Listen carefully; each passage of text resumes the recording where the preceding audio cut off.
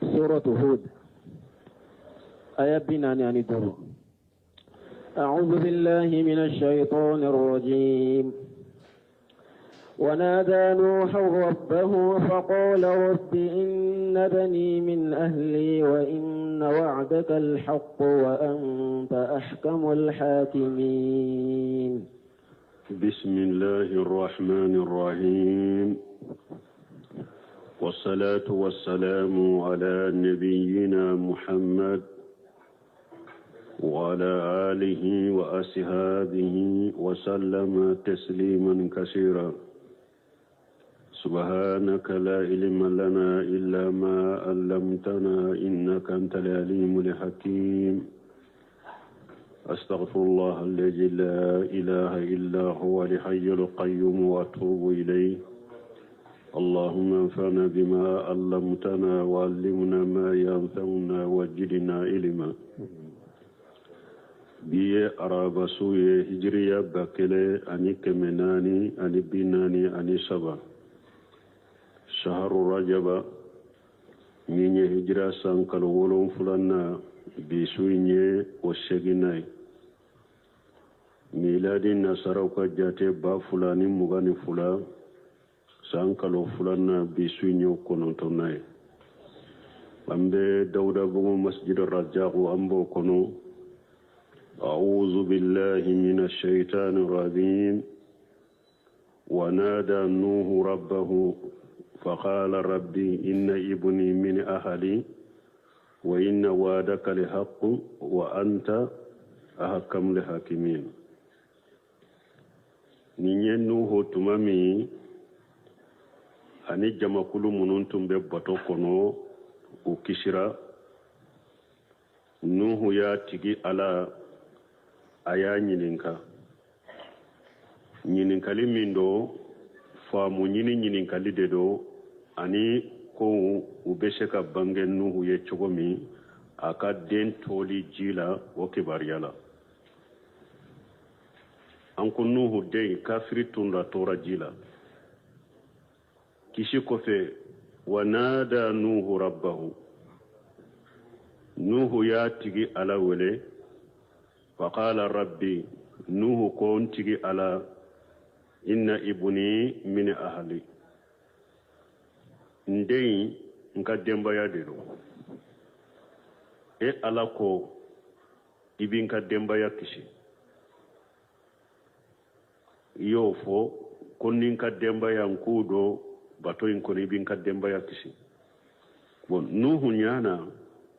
ni alaku aba kadem bayakishi a mumini na kafiri bede bala den hinna ya soro aye ala nyininka den toli jila pour akashe kado mundo ka soro ala fana ya fo nuhu ye kofe ka fo mbi ka demba ya kisi illa man sabaga alayhi alqawl fo kuma sabira ne ala bolo yidembe ya minka ko be to jila o te kisi de ala fana tunyo fo aya kono o akonde ndemba ya dedo ala fana wa inna wa'daka li haqq ala fana kallahidu ye tinyade yellahidu tanne kom ibin ka demba ya kishi nka dem fana indemba ya de atora jila wa anta ahkamul hakimina minina tabe nuhu ye ko sage kata alama ako kiri tigela beka kiri tigela nyuman ko ni ede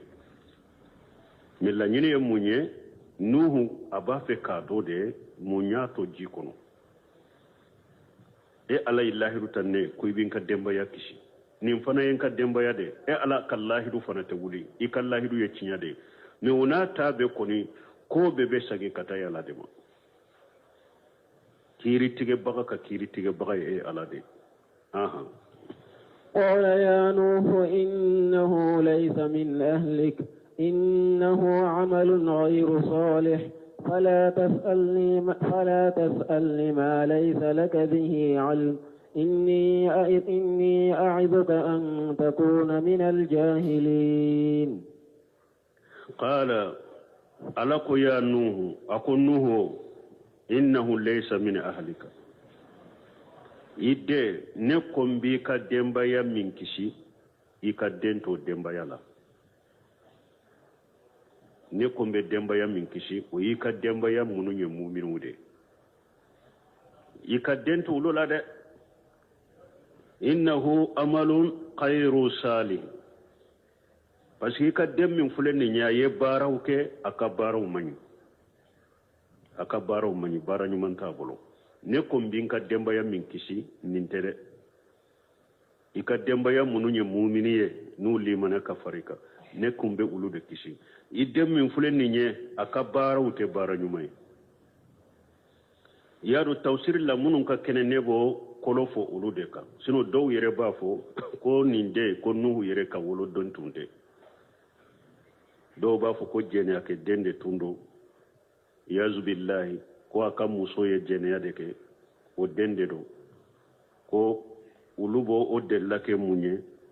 ko ala ko innahu amalu khairu salih ko denyere te bara nyumay kele fulanna ko ala ko faqanatahuma imratan nuhi wa imratan luti kanata tahta budeni min ibadina salihani faqanatahuma ko ala ko nuhu kam musoni lutu kam muso ku yu cewu jamfa ko wala ko yejjene yade ko de dem fulanye nuhu kadente nunu sahalente de nunu nye ngalonde nunu sahalente de buna basi ko akon nabi nyuma kam muso madeli ka jene ka bada alay nabi nyuma har na yasru muso ye kafiru de jene ya alay nabi nyuma kishi nabi nyuma kam muso te jene ya ke do ko ay ko muso me jene ya ke de ko me muso ko aye nin den soro ce wore de minte nuhu ni shi masaha alaye min fo nuhu yere ka wolo dende do mi akera kafir de la nyine yode ka fo aka muso ye den soro ewa ce wore de nuhu yere dentew jena ka dendo ni shite sababai mo kana alaka ya tafsir nuhu yere ka wolo dendo me kafir de do ala ko nuhu kombi ka demmin kisin ni sentula ni nye kafiri aw aka baro fana mani bara nyuman ta bolo la nyini ye nununde sahalendo bal mun don ke baw be delila do taya dina balimaya o de be sinji balimaya nye mo munun nye mu'miniye kafara nuhu ka hari ni adewunte ademba yawte o kisira anofe ube makisi o kisira nuhu nofe mais awolo demmi make aka dina la na te dina kelenya ala ya to kafiru la ka halaki dina ka balimaya o de ka giri o de be sinje ka balimaya yirenye dina ka balimaya ka giri ka teme sinje ka balimaya ka ni ye cide nyere fle madina kawde mallahiru tay katana madina andew ambe do andew ni minche ambe do ni muso ni minche andew am muso anna folo anyire ninku amba bedo idafe me afanen kini de tunte yala fe na ye mugo munun wole hari nu ba fo kado dinala ba fo ya kana lamira anyire dendo betende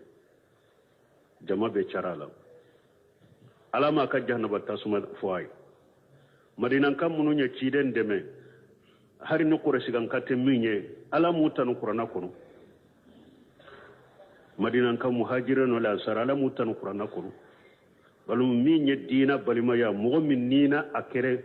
disukun kelenye ni famu kelenye ani aqida kelenye o balima ya abe wa ini mo mi awa abebe kabila kele abe bakele fa kele de abe fami kele de miate aqida la te tawhidila ini min be aqida ni tawhidila o balima ya be nintanye balima be nintanye de ala fule ko de yiraya nuhu ka demunu sonna tama nuna kera aqida kelenye limana na ye wulu kisira mi a wolo demme maswa tamala ya to jikono kafara kafiruka o be famuya ani fana la ko aya kono innamal mu'minuna ikhwatu akom mu'minu de nyoko balima yede nimbe bo tile boyoro la nimbe bo tile binyoro la nimbe bo kenya fa nimbe bo banya fa nawde ye mu'minu ye awde balima ye innamal mu'minuna ikhwatu donc mo kan nim famu sisan fana an ye diina tiɲɛ de ka nin sunna tiɲɛ ka nin tawhidi tiɲɛ ko balima ko ani walimɔgɔ de bɛ ɲɔgɔn fɛ ko a banna ka kabila ma a banna ka sinji ma ko ani walimɔgɔ de bɛ ɲɔgɔn fɛ akida ni tawhidi min b'a bolo n'a ni walimɔgɔw de bɛnna o la e balima banna o la mun na ni walimɔgɔw tɛ bɛn o la mɔgɔ b'a fɔ ko ciden fana banna ka kabila ma a taara nɔrɔ madinankaw la ciden ma bɔ maka ka kurɛsi to yan madinankaw de m'a bisimila hari tuma min diina ye fanga sɔrɔ maka dayɛlɛ la kɛra silamɛdugu ye ciden ma a ma sɔn ka sagi ka na maka a tora madinankaw de nɔfɛ hari don min ciden hunɛni kɛlɛ maka kafiru dɔ limaniyara ka don silamɛya kɔnɔ fatuhu maka hunɛni kɛlɛ kɛra ciden ye nafoloba ta k'a d'u ma pour hari bi u ka dusukun ka sabati limaniya kɔnɔ o ko la digira madinankaw dɔ la ko y'a ye a ka mɔgɔw tɛ se kɛlɛ na anw de ye a dɛmɛ ka kɛlɛ bɛɛ kɛ a nana nafoloko la a y'a ta k'a di a ka mɔgɔw ma o ciden ko madinanka ko mako b'aw la han madinankaw dama walimɔgɔ kana don aw la dɛ u farala ɲɔgɔn ka yɔrɔ la ciden taar'u sɛgɛrɛ a ko kori mɔgɔ wɛrɛ t'aw cɛ la yan u ko ayi fo mɔgɔ kɛlɛ o y'an ka balimamuso de denkɛ ye ciden ko ibnul uqtul qawm minhum a ko mɔgɔw kɔni balimamuso denkɛ o y'u dɔ de ye a ye kutuba kalan a ko madinankaw ni makankaw ni ɲaamew ni baw ni wasagaw taara yala o ta aw wasa aw ni ciden kana ka sow kɔnɔ ko aradena ko sonna aw a ko madinankaw a ko aw de ye ne ka doloki fitini doloki fula n'u y'u dɔn doloki min b'i farikolo la aw y'o de makkakaw ye ka dolokiba de antumu shi'ari wal muhajir disar shi'ari ye de ni ye doloki fula don doloki fitini min nɔrɔlen b'i farikolo la mana ni aw de ka sɔrɔ ka tɛmɛ makankaw kan ni aw de ka sɔrɔ ka tɛmɛ makankaw kan a dɔw ciden bɛ tila a ka kutuba la madinanka bɛɛ kasira de fo bonbosiw ka ɲigi u kasira de fo bonbosiw ka ɲigi ala aw t'a fɛ makankaw ni nafolo ka taa maka aw ni ciden kana madina aw de ye ka doloki fitini makakaw ye ka dolokiba de ni madinanka ni makankaw donna yiri tu dɔ kɔnɔ yan madinankaw donna yiri tu dɔ kɔnɔ yan aw donna yiri tu min kɔnɔ n bɛ don aw de nɔfɛ u ko nin y'an wasa n'an wasa u kasira fo bonbosiw ka ɲigi walima ni mɔgɔ min sɔnna i ka tawhidi ma sɔn n'i ka sunna ma sɔn n'i ka diina haqiqa ma o ni mɔgɔ kana kɛ kelen ye bolo dɛ ni balimasuru min sɔnna tawhidi ma a sɔnna fɛn na hɛra farala hɛra ka kɛ balimasurunya diya fule ye diina fana balimaya diya fule ye fula farala ɲɔgɔn kan mais u bɛ mɔgɔw trompeli min kɛ jamana kɔnɔ yan ko i ka mɔgɔw fili diina ko kama dɛ i ka ni mɔgɔw ka fili ko sunna ko kama e t'a ma ko la dɛ diina balimaya bɛɛ sinji balimaya ɲɛ aw m'a ye wa ni mɔgɔ fatura sisan n b'aw ka delila caman de f'aw ye ni mɔgɔ fatura e ye nafolobatigi ye i ye silama ye i y'i denkɛ dɔ tɔ kafiri dɔ bon i balimakɛ ba kelen o denkɛ dɔ bɛ silama dɔ e yɛrɛ wolo den kafiri tɛ dɔrɔmɛ kelen sɔrɔ i ka nafolo la i balimakɛ ba kelen fa kelen denkɛ min bɛ n'a kɛra silama o de b'i ka tiɲɛ ta mun na parce que diinɛ balimaya de bɛ sinji balimaya ɲɛ i woloden ni fa kɛra miliyardɛri ye a kɛra silama ye e woloden kɛra kafiri ye n'a sara dɔrɔmɛ kelen i t'a sɔrɔ a ka tiɲɛ la i t'a t'a la ani minnu balima wɛrɛ minnu ka ja dɛ n'u limaniya n'olu ye silama ye dɛ olu de b'a tiɲɛ ta e bɛ kumantiya tiɲɛ la dɔrɔmɛ kelen i t'a sɔrɔ a la parce que i kɛra kafiri min ye tant que i ma kɛ silama ye ni e woloden de ye silama ye e fa ye kafiri ye e woloden kɛra silama ye miliyari de b'i bolo i sara i fa tɛ dɔrɔmɛ kelen sɔrɔ a la i wolofa dɔrɔmɛ kelen a t'a sɔrɔ i ka tiɲɛ la ifa balima ke min bede nane abe bakele fakele o de bi ka cieta ale sentana ni o ye silamai donc akan nin famu ni yoro la nuhu ka denke fule ni ala ko ne ku bi ka demba ya min kiso o ye demba ya mu'minu de demba ya kafiri tere o ti denye de ne ku be dem munun kisi bi ka demba ya munun kisi nin tula de ni nye kafiri da ti denye aka baru manyi fana fala tashalani ma laysa laka bihi ilm ewa min doni ti bolo nuhu kan nyinin kala min doni ti bolo kan nyinin kala inni aizuka nabi waju mbi waju kiladi an takuna min aljahilina mbi waju la fo wajulu min bekke abeddo iddu sukun kono iteke jahili la tuguna bara ni ayat tawsiri doye ayat tawsiri do inni aizuka nabi waju an takuna min aljahilina mbi waju ikana ke jahilu cela de jahilu kuma ni jahili bara ikana fara jahilu kafew قال رب إني أعوذ بك أن أسألك ما ليس لي به علم وإلا تغفر لي وترحمني أكن من الخاسرين نبي نمو مونye uluni mugo tobo nyogon koro nu al har wulof fililaka qataw fitr minke ala tu sabataka yornin kelu besagi nuhu sagira qala rabbi akunti ala inni a'udhu bika ala mbetanga nyini e alaye ani ashalaka ma laysa li bihi ilmu nkana tinyini nka fenna min doni timbolo mbetanga nyini e alafe ikintanga onyogonama nkani nyini nka fenna min doni timbolo wa illa taghfirli min fuleka temembolo te ni min suturaka ka yafanye wotere hamuni ka hinana akuna min alqasirina mbe fara mo bonene on kade mbe fara mo perdile on kade mbe e ala tanga nyini ika kinyen kanata ideli fenna tuguni ndoni tembina mbe tanga nyini kin kiso nyonama afulana nyemmin ke ni min suturala katemala ka yafamma ka hinana mbe fara mo bonene on kade nuhu ya faddele ala fe kasage kata alama قيل يا نوح اهبط بسلام منا وبركات عليك وعلى ممن معك وأمم سنمتعهم ثم يمسهم منا عذاب أليم قيل يا نوح وكنهما اهبط بسلام منا وبركات عليك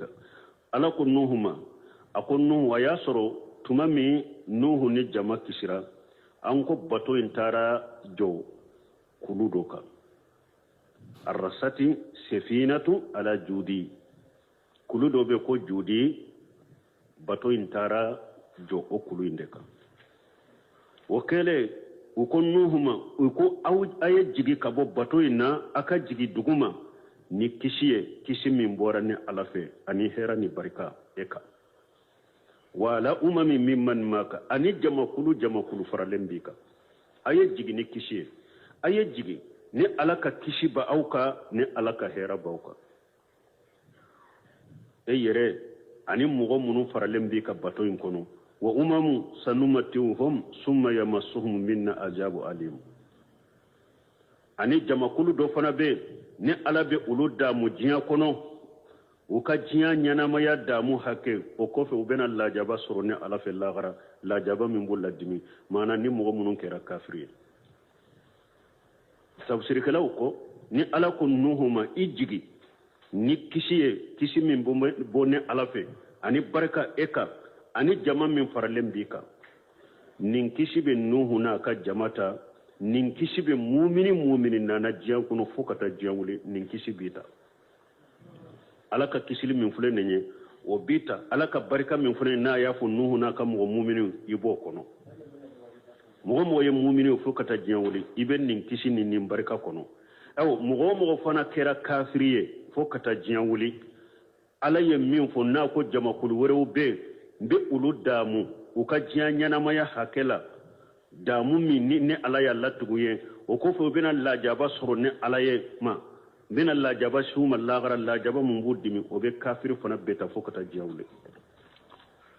be kafir beta fo kata jawle ala ba be damu jiala ika jiya nyanamaya hake min ni sare ka kafiriya ka lajaba bi soro lagara lajaba min bi ladimi تلك من أنباء الغيب نوحيها إليك ما كنت تعلمها أنت ولا قومك من قبل هذا فاصبر إن العاقبة للمتقين تلك من أنباء الغيب تمامي ala ye nuhu ka kisa lakale ciden ka lakala kan manton ye te qur'ana kono ala ko cide ma tilka min anba'il ghaib akom min fule ni ko dogolen do de ka kibariya nin kibariya ko dogolen de nuhi ha ileka ne ala ya wahu kana imade sunu nin beke wakati min e cide ma bo kalama ka mo ma bo kalama nin kisa min fule ni ko dogolen do de nin kibariya ba min fule ni ko dogolen do de ni ne ala ya wahu kana ima ma kunta ta'lamuha anta wala qaumuka etun tenuhu na ka mo ka kisa min fule etun todo ika mo tuntado e ciden tuntado ika mo tuntado ko dogolen de do ne ala de ya wahu ma min qabli haja sani ne ala kan nin wahu cima kana nin kisa fo tuntado ika mo tuntado fasbir me ola cide nin sababula nin kisa min fule nin tunye ko dogole tunta kalama nuhu na ka mo kera nin segra usera nin degrema bakele sambi duru tara mo min be wolelila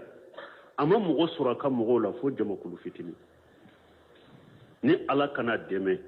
ka le kisiano jama kulu fitini ka jama wuyo ya ba jinya mume ka be halaki ni o kala na eyere ni nindo ni sababula fana ka sabari e kam mo be ka galon tigali ke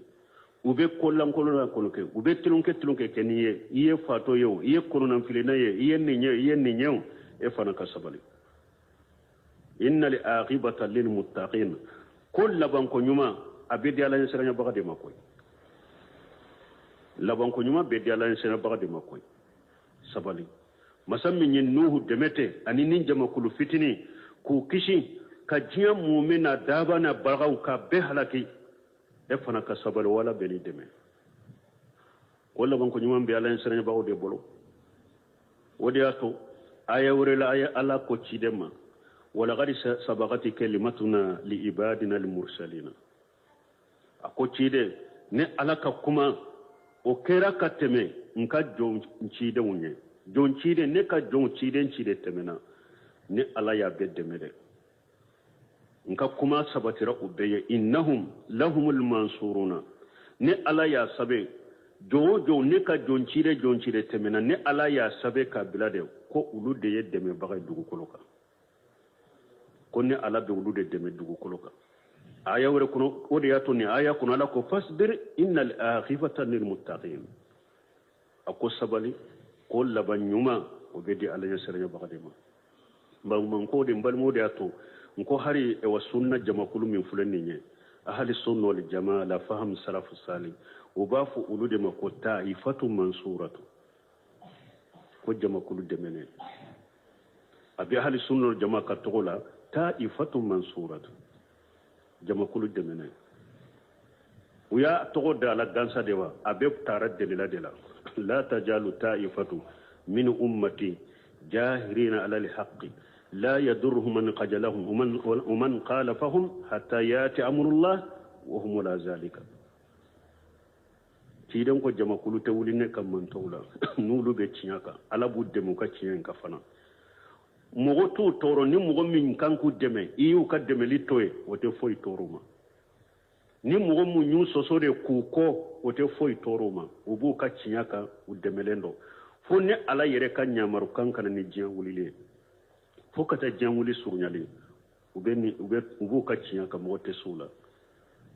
wayato la tajalu taifatu min ummati jahiratu mansuratu na cogo dolan mansuratu idemelendo fana ha udemelendo alafe taifatu mansura sunna jamayu ode ni sunna mo yuddu sun kala si alay nukku dusun kala si alay kasira alanye ka dina haqiqa kala ka mo wole ni dawa cogo nyumaye mo tesula dugu koloka mais ni yaye hari de fo munum be sunna ni salafiya wala munum be salafiya ni sunna wala de fo be wulu do de la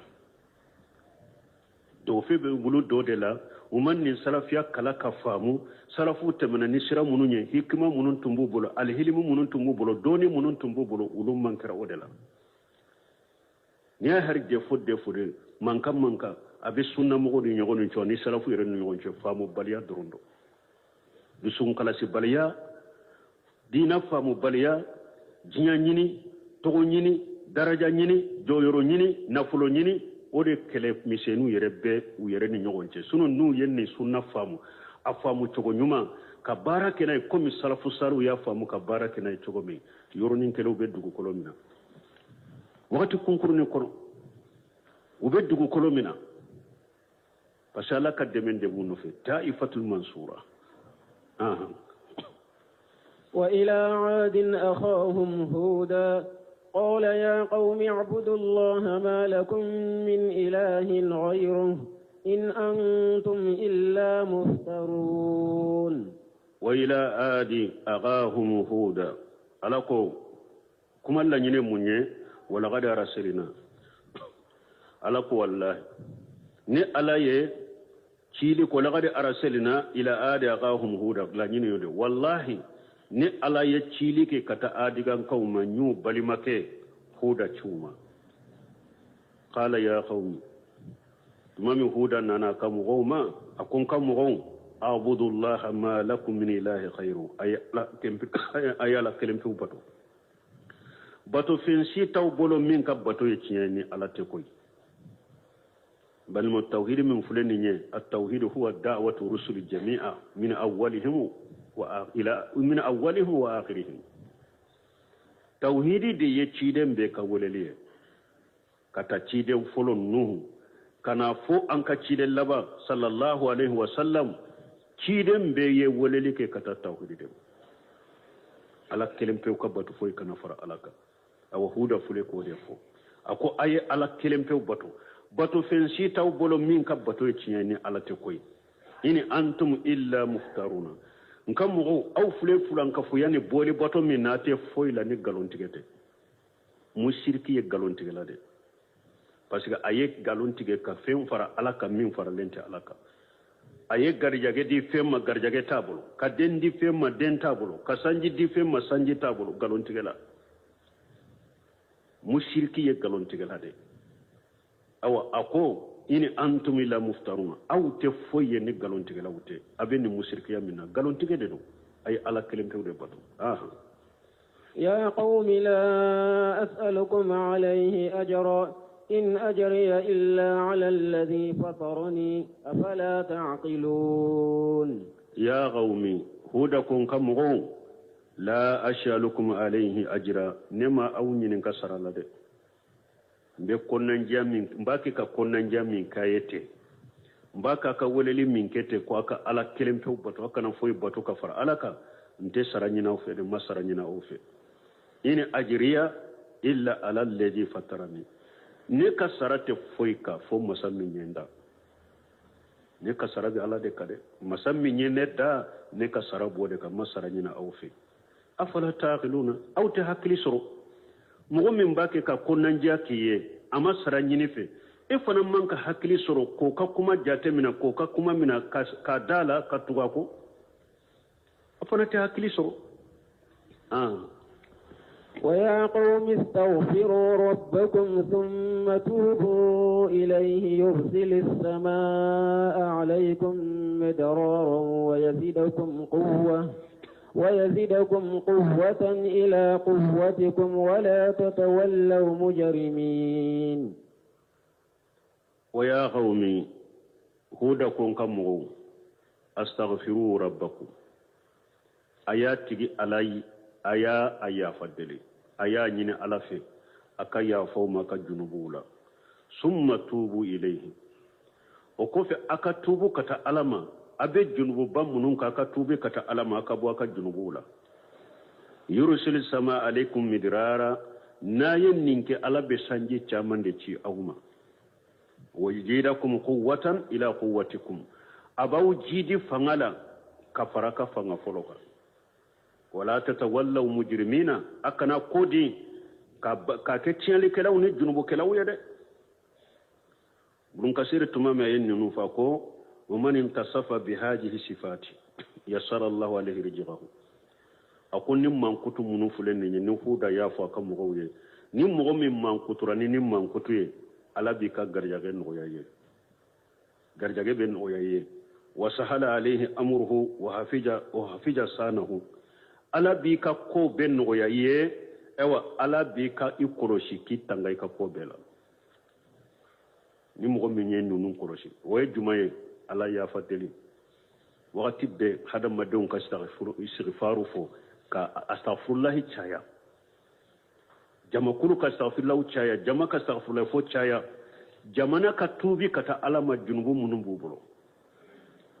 ube fulan ka fiya munna ka tubu ka bola nimbe bidia de la ka tubi ka bola nimbe jenia de la ka tubi ka bola nimbe delumi de la ka tubi ka bola nimbe cigarette mi la ka tubi ka bola nimbe drogu tali la ka tubi ka bola nimbe sinsa mi ka tubi ka bola junubu be ni jamana ya ala ya fa dele ka astaghfirullah fo jamana dum be junubu mun utubira ka bo ola o be ke sababu ye ala be garjage nogoya ka dun ka fan sabati jamana kono sanji chaman de be jiga barikalama sanji barikalama chaman de be yurusiri sama migrara ewa jamana dum dodo be fara aka fangaka abe fanga de so hari na ya soro fanga bawla dobe fara aka fangaka aka bilite nunu dobe fara aka economy kade o yajirakum quwwatan ila quwwatikum fanga min bawla dobe fara ka fanga ka economy bolo dobe fara ka awa alaba ka ko koloshi awye aka au ka security na ka koloshi baga be ke ala yirede ba au koloshi ambani mo me jamana la kutuba kala naw yirbe kuloni munyi ko faso de nyumaya jamana de nyumaya ite tawhidi abe fo bolo kasage kata ala mote fo astaghfirullah ka chaja ko te fo an kan jantola ka dina la wote fo e wajulu kelamu yere ne kalamba ko yere ne kutuba kala no yere kera oye munu ma ewa arabu kala yere kedu ulu tabake munyene munu yere tara kala difolo mu bu ka jifa kono ulu yere ka kuma boyere faso de nyumaya ma faso de nyumaya ala ka jamana kan sagoye ala ka jamana ke maryam sagoye utafa ala ka jamana ke islamiya sagoye jamana don ka ala deli ambe gele yamina an ka astaghfirullah chaya ambe gele yamina an ka tubi kata alama ambe gele yamina ala ka dina farda sallu an kan janto lan kum matrafa nunun te fode wajuru kala yere ne kalamba wore ne te fode uhuda fula ye jamana de nyuma ya de fa ka moya qur'ana kuno yo uhuda aye jamana akwaye ke jamana de nyuma ya ayu wele kata tauhidi de ayu wele kata tauhidi ma kafuye fana ye ala ya fadeli kafuye aka tubi kata alama sanji chaman be jiga uka fanga min be awlala be do faraka wajuru kila ukanka kenin chogode la me jamana yere an ka jamana yere silamiya sariya fana dina yere nunjuru be munun bolo jamana yere bolo ulu yere de chiana illa marahim rabbi ni kelen kilonte dina yere jamana ka dina yere nunjuru be munun bolo ulu yere te ta fannu na fado dina yere la wote ta fanni na fado yere la population be giri ka min fodoro fana be giri kofo orike an ka ke sababu ye population ni jurumbe ande bolo an munun be mimbarika an munun be tawsiru kunna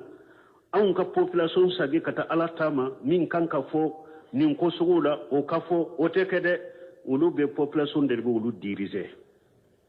jamana ka karmo yo ode population de be ulu diriger na folo tigu shetigu do yoro tigu population uyu waya jama be yoro mi ulu de be jamana ka doni ke bawo diriger ayen ninde fode akana nin fode ay nin de fode akana nin fode o doni ke ba ni doni ke ba jamana min ka doni ke ba o kera nin chogola o jamana be jo chogodi a joli ka gele de karamogo ni dina tugu de kanka fo ni kuma do be population da ke wale do be population bolo ay abe ketende ate ketende ala tay ninde ciden tay ninde ay ninde fo ay ninde kete karamogo de kanka ninke mais jamana karamogo de population de be wulu diriger hari kutuba kala naw setigi min ye misiri min jonna be kutuba kala na min wole aba fu ya ba ibene be kuma ni ko yinka ko sugu be nama kuma ka wa fana bena kuma no de hara ye programme min sabe o bebla patron ko aka kuma ni min ya do abe kuma no de min barika hara ni ale yere tunye min sabe o fula nya koro mi ataka o kala yere ite masibai jamana kuno ko de ya to ye doni ke baga utila ko doni ke baga ye sabade ulama dawla wa ulama umma wa ulama rabbaniyina uba fode ma ulama milla ulama dawla jamana ka doni ke baga be ulama dawla yi jonye ulube jamana ka famo ko min wafe ka min ke jamana kono donc uba sara o doni ke baga sugula ala ta do saw ciden ta do saw tanka kadi fama ba fe kake ulube ewa delila modo fi qur'ana kono kadela modo fi hadisa kono ku biama kala daga ba fu nunde ulama dawla ulama umma ulu ye population ka doni ke baga de ulu fala be jamana kono ni ko min nana dro ube population la jede kuma min foli kadi population ye dro ko min kele kadi population ye ala tado sa ciden tado ala tatew ciden tatew ulu fana bode fo parce que ulu be population jenyini jama jenyini de la jama min be misiri kono dro min kadi en ku fo ngabo wallahi ka kutuba nyana uba fo de mawlu umma programme to ulu bolode population de bo ulu ka programme de la kaduma misiri ka comité mo de be programme de la kadi alema misiri ewa patron de be programme de la kadi alema programme ta yere bolo ni nye ulama umma population de ka doni ke baye nononye ulama millatu o ye dina ka doni ke bawde qala allah qala rasuluhu qala sahabatu hum ulu irfan ulama milla ulu tayre ala côté ciden côté sebo côté sarfu yeninde fo adiara minyo ine sonjalen ka bo misiri kono na ma diawo idimi fo inya ka prema ko sitala kul mutu bi ghayjikum dimi kani wasarisa la yakhafu fillahi lawmata laim ala ta foli ate sira jalekele bagasi ka jalage ma wala ala côté ciden côté sebo côté o benna mogo min ma alhamdulillahi o bennima no ma be mogo min na mako sitila tinya la jeyre ko cheikh l'islam bunte me tumbo ci wala na le tumba ka dersula ya ne anyi la jewo ni nya komi kuma yew ni nya tura la pura ka kuma yele ma ba nya de tuku ni bunte me ay dersu damina ba nya de tuku fo ka ta dersu ba nya te wele ni nin kalu wakatu nana da ba nya wele mais do ube mimbarika patron beta ashigi kanye shamade aye kuma do fo dro kan patron ya konkoro kete dro predi kuma be frekera bolo jamana falen do dema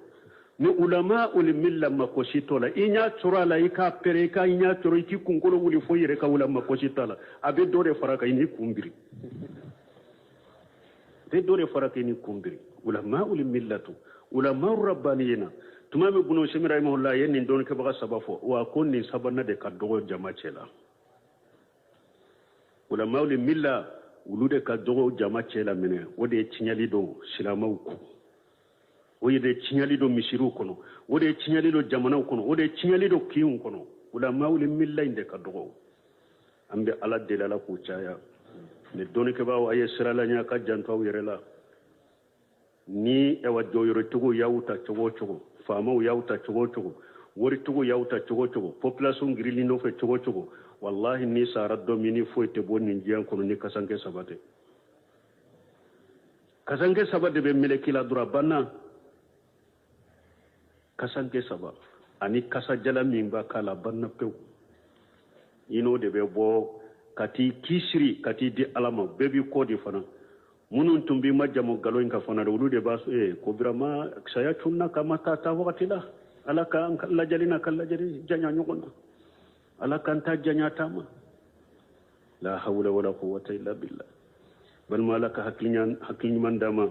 jamana ambe ko munun kono ambe ala deli ala kambo kono nan ka saga ko de wama asabakum min musibati fa bima kasabat aydikum wa yafu an kaseer masiba site hada madden soro yere ka borla barade do nyay ni san joli ni jamana be boddinga la be biddinga kono na be boddinga la be boddinga fonka tubi de an ka saga ko fe fulan ka fo ya bambali min be ni jamana kono fode ka dabila mushrikiya inde ka dabila minen bidiya bambali min be ni jamana kono fode ka dabila dolomi bambali min be ni jamana kono fode ka dabila jeneya kene kera ko daga lenyere jena kera ko daga lenye sinsa be min ni kare wi sinsa demisenu be sigi kare kono na de la ka sinsa mi sigreti kolite ni jamana ma fere nyini nunun de la nunun de kabbali an ka sagi kata alama hera nali ka gelede fanka sagi kata ala de ma foi tisiga hada madin bo gele yalla ni ala kelem pewte to be sababu de jinya fen to be sababu mi sababu kila nimbe sababu nyere irisi bolo jondo ala fanka sagi kata odema kuma ka kay ka jo munum be fulan ka fo yalla o kan tredi fulan ka fo ya ka dabila munum be bidia do dina kono ko antere bidia ka dabila dolo ka antere jamana kono jeniya ka antere jamana kono doroku ka antere jamana kono sisan ka antere ko marsan kana nanaye nu ba fe jamana in ka jolu yere kan lafiya ala kanu lamalo ya o kan nunun ke ala bu demew hoda fule kan ninde fo kan mo yembalimo awa jamana jo kanye nunun de ay ala ya fadeli ay tubi kata alama jamana jo kuma yen nunun de ko karamo yere ya fo ko ni jamana ko nanan ka dina ko bila kerefe nimbe fora jamana en kono karamo do fe ko ni jamana ko nanan ka dina ko bila kerefe ni dina te jamana be ya ni dina te yoro me jamana de bawbolo jamana te o alaka hakimandama قالوا يا هود ما جئتنا ببينة وما نحن بتاركي آلهتنا عن قولك وما نحن لك بمؤمنين قالوا يا هود تمام هود يا نونفو وكو هودا ما جئتنا ببينة إني دلا جل من أمكوي ini dela jele simana ma ini tamasi simana ma min barira aw na koye tiyatige wama nahnu bitariki alihatina an qawlika aw antan ka bato fem bato le to e ka kuma in kama de e ka kuma in kama ko ayi ala kelim fe bato akana fem wure bato kafaralaka antan ka bato fem bato le to e ka kuma in kama ko wama nahnu laka bimu'minina aw ante daila yere ante daila ira ndalen ante daila ira hudu kamo yeninde ke ka hudu jabi إن نقول إلا اعتراك بعض آلهتنا بسوء قال إني أشهد الله واشهدوا أني بريء مما تشركون أيو يمفو ويمنك كهودا جاب هرب يودي بفو ambe kuma sugu munun fo dina ko la ko ko ri faade ben nasa ko na madala ni fenten nin ka hakili law faade ben na nu kam du hudu kam ko cogodi inna qulu ko hudu ante foyi fiye illa ataraka badu alihatina bisuyi ambe min fiye iban ka boli munun la gosiri la de ulu de fule ka fendo ki hakili la ni ba ke kanun kuma sugu fo tire kalama ambe min fuye wayennin de an ka boli de fule ka ko jugu de kila dro ki ka hakili cinya i b'a kɛ ka kumaw dɔ fɔ i tɛ minnu kalama yɛrɛ o de y'i bila nin kuma sugu fɔli la o an ka boli de ye fɛn k'i la a tɔ bɛ kɔfɛ dɛ a tɔ bɛ kɔfɛ an bɛ min fɔ o ye nin de e bɛ nin kuma minnu ka k'u fɔ anw ka bɔliw de filɛ ka kojugu dɔ k'i la k'i ka hakili tiɲɛ mais n'i ma far'u la fana tɔ bɛ kɔfɛ dɛ u ye nin de kɛ ka Huda jaabi kala Huda ko cogo di a ko inni ushhidullah a ko ne bɛ Ala kɛ seere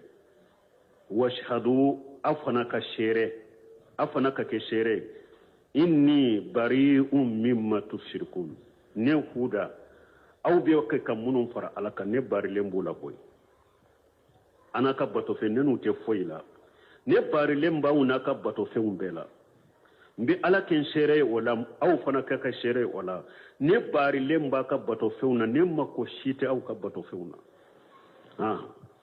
min duni فكيدوني جميعا ثم لا تنظرون إني توكلت على الله ربي وربكم ما من دابة إلا هو آخذ بناصيتها إن ربي على صراط مستقيم أكون بارلم بي أكبتو فيونا من دونه ني ألاتي نكوني نبي على كلمة ودي بطو فكيدوني جميعا ولا أو نكبتو فيون أو بيكا كفيرو دبالي نكما أي فيرو تيجي نوهودا كما ثم لا تنظروني وكفي أكنا لمدي هاري نياتوني يلاكني مكونا أبي مينك نايا كنا نبي سراو كبتو فيني كاو كبتو فين دي فادو نلا نبي سراو كبتو فيني ana ka bato fɛnw bɛɛ ka fara ɲɔgɔn kan a bɛ feere min tigɛ ne Huda kama k'a kɛ ne ye a y'a ka feere tigɛ a bɛ min kɛ n'a k'a kɛ n'a ka nin ma kɔnɔ dɛ ni nin bɛ aw de bolo a y'a bɔ sisan a ka nin ma kɔnɔ yɛrɛ summa la tunziruni ɲa tugun n'a yɛlɛ a ka nin ma kɔnɔ ni aw de bɛ se ka ne faga ou bien n'aw de bɛ se ka kojugu kɛ ne la a bɛ se ka min kɛ n na a y'a kɛ n na sisan tawhidu ye nin de Ala ta kɔfɛ tawhiditigi bɛ sira mun ye inni tawakkaltu ala Allah awa ne yin ka koda alaka rabbi wa rabbikum ne tigi ala de aw tigi ala de ma min dabbatin illa huwa akhidhu bi nasiyatiha dan fen shi de tenin dugu kolo en ka fo be ten shi be ala de bolo aw be siga mun kenela aw ye ala ka dan fen de aw ye ala ka mara fen de aw ten shi be ala de bolo dan fen shi te jiyan kono ni be se ka kuma ni be se ka lamaga ni be se ka foyi ke ni ala ma jena be ten shi be ala de bolo inna rabbi ala sirati mustaqim ewa ntigi ala abe sira de ka fana sira min tilelen do de ala be sira de ka sira min tilelen do min ya aka jo mu'minun kisile ani mugo min ye kera kafire ka ke tinyale kala ni ala bi halaki ala be sira min kawlo ye sira tilelen de nu Huda ayen ninde fo aka mugo ye ku jabi فإن تولوا فقد أبلغتكم ما أرسلت به إليكم ويستخلف ربي قوما غيركم ولا تضرونه شيئا إن ربي على كل شيء حفيظ Huda kuma فإن تولوا ni aw ya kodi ne ye min fama swama faqad ablaghtukum ma ursiltu bihi ilaykum aw ala kun ye ne cini min ye kana aw ma ne ya lashe de fa in tawallaw ma jitukum bihi min ibadati llah rabbikum wahdahu la sharika lahu na ya kodi ne ni min na ma ko aka ala kelim to bato akana foy faraka ni abba noma faqad qamat alaykum alhujjatu bi iblaghi iyyakum awa huja kuni jora auka ne yilla shirike auma ntigi ala yen chini minye ne ya Allah shi auma abanna huja jora auka aw mogo min fana ni ebe wajuli ke be tawrif be sunna fo u be bolo filmin kila u be kuma munum be foy ko fe ko ayta makola abaye resega umbe sansewa abaye resega neba lamme dro me nete foy ta ka kuma ula ambe nimbe kalamaw o fora mogo wiyo min kausa sisan ka tawhid wala kala o fora nabi nyama wiyo o fora huda huda ko ni nabi min fo nama so ma ya ko dama ne tigi ala yencini cide nya min ko ne nyo la se awma ne ma perdi de huja jorawka kuma tawbulu ala fe mogo min fana nin tawhidi tinya foriye nin sunna tinya foriye salafu salo ta fora i bolo firi reke i kana so reke i ba reke ne huja koni jori ka qiyamai te se ka ta jo ala nyekoro ko ala ne tunte nin do sunna la de ibe se ko fo huja jori ka ko da to sheikh sal fawzan de la ka fo ako folo jihadu de tumba dina jense sebaw ye dina jense ni jihadu de ako komi sisa jihadu fangate silama wula amoyen tu bolo ala fanate mugo shilla jaballa gara nama huja de joika ala nanani ni erejo soso wi hari ka sokono ni banna dina be shimay komi jihadu te sisa mimbe dina lashe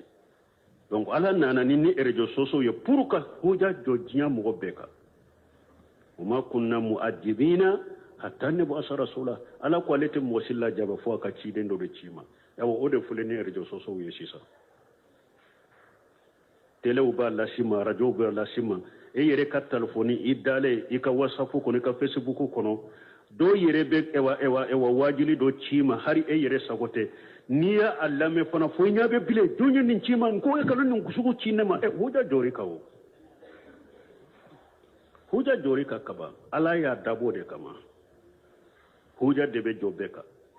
bon wajuli kebele be nin tawri nin sunna wajulu kana jo yire kana décourager de ko anta lameo neta ka kuma tawo nete foy talaw o kani décourager de abake kam mi mede wode fule huja joto ya kallagara ala ye wajibi mbila e fanaka yi ka wajibi ke ala ye wajibi min bila e ka kibe min do ikafo e yi ka wajibi ke huja jora aleka nafa yera la we nafa mayala akana tayere huja joraka huda fule ko odefo akonna ya kodi ntigi alaye ne chini chide nya minye ne koni yo lashe awma huja jora awka wa yastaghlifu rabbi qauma khayrakum awa ntigi ala beseka aw bodugo kolo kafana kaw fale mogo were wuye munum bena so ala kama wala tadurunahu shay'a wata ala toruni foye bi mogo do be se ki bolo fili tinyama ko nemma ko sitala netata ala be doto jiada abi wole wallahi be wajulu min ka yenne nafa ama ba ni e banala be mogo bila enola wata ala torani foye ikibake i bolo fili kiba e banna yoro mi doro ala be mogo wore bila e nola o be so tinyai makata ka barake na e halakilembe to palombalola huja jori ka fana huda fule kore foya fana akonni aw banna wa yasaghlifu rabbi qauma khayrakum ntigi ala bina mogo wore bila aw nola mununte awye wala tadurunahu shay'a wote ala torni foye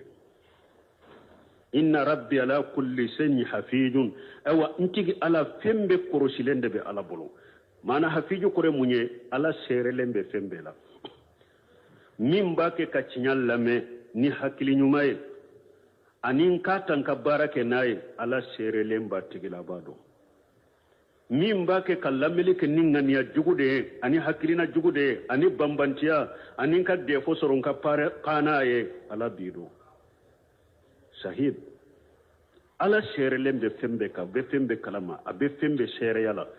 nimbe bambantia de la anil ewa ngania jugu ya de la nimbe ngania nyuma yale ala serelembe be kala harbe sara choba bolo be sara sogo be ala bolo huda fule ko de inna rabbi ala kulli shay'in hafizu ntigi ala ye fembe sere bagade be fembe sere yala fembe aba kalama ala ka timanda mabalmu ye korea ke ko wakati sera subhanaka allahumma rabbana bihamdika ashhadu an la ilaha illa anta astaghfiruka wa atubu ilayk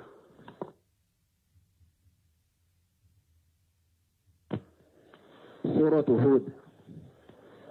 آية بنان يعني درو أعوذ بالله من الشيطان الرجيم ونادى نوح ربه فقال رب إن بني من أهلي وإن وعدك الحق وأنت أحكم الحاكمين. بسم الله الرحمن الرحيم، والصلاة والسلام على نبينا محمد وعلى آله وأصحابه وسلم تسليما كثيرا. سبحانك لا علم لنا إلا ما علمتنا إنك أنت العليم الحكيم. أستغفر الله الذي لا إله إلا هو الحي القيوم وأتوب إليه. اللهم انفعنا بما علمتنا وعلمنا ما ينفعنا وزدنا علما. biye araba suye hijriya bakele ani kemenani ani binani ani saba shaharu rajaba minye hijra sankal wolon fulanna bisuye o seginai miladi nasara ko jate ba fulani mugani fula sankalo fulanna bisuye konontonai bambe dawda bugu masjid ar-rajaq ambo kono. أعوذ بالله من الشيطان الرجيم. ونادى نوح ربه فقال ربي إن ابني من أهلي وإن وعدك الحق وأنت أحكم الحاكمين. نيني نوح تمامي أني جمع كل منونتم ببطو كنو وكسرا نوح يا تيجي على aya ñininkali min do faamu ñininkali de do ani ko u be se ka bange nuhu ye cogo min a ka den tooli ji la wo kibariya la an ko nuhu den kafiri tunda tora ji la kisi kofe wa nada nuhu rabbahu nuhu ya tigi ala wele فقال ربي نوح كونتي على إن ابني من أهلي ندين نكدم بيادرو على كو ابن كدم بياكشي يوفو كونين كدم بيانكودو باتو ينكون ابن كدم بياكشي نوح نيانا ni ala ko ba kadem bayakisi a mumini na kafiri bede bala den hinna ya soro aye ala nyininka den toli jila pour akashe kado mundo ka soro ala fana ya fo nuhu ye kofe ka fo mbi ka demba ya kisi illa man sabaga alayhi alqawlu